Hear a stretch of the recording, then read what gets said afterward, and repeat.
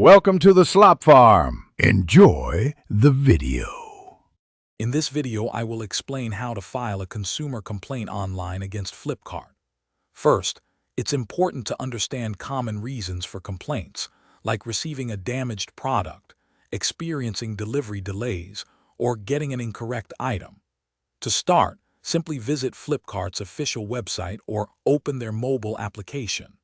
Once there, navigate to the Help Center or Customer Support section, which is typically located in the footer or main menu. This is your initial gateway to resolving any issues you might encounter with your purchases.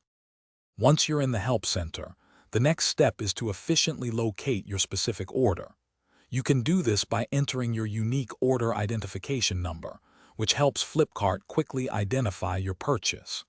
After finding your order, you'll need to select the most appropriate issue category from the available choices, such as product-related or delivery-related. Then, choose a more precise subcategory that accurately describes your problem. This ensures your complaint is directed to the correct department for a faster resolution. Now it's time to provide the specifics of your complaint. Clearly describe your issue in detail, offering all necessary information and context. For instance, if a product arrived damaged, explain the extent of the damage.